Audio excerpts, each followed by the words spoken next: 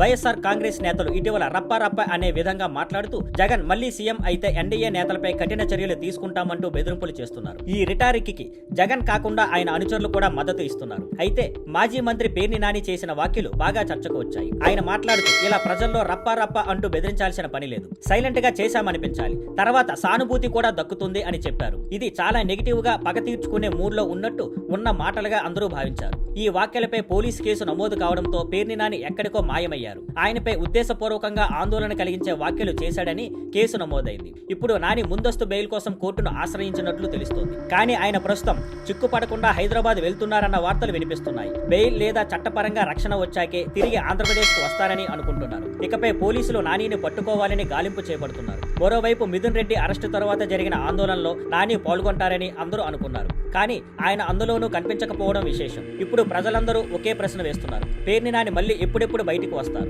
Thank you for watching. Please like, share and subscribe.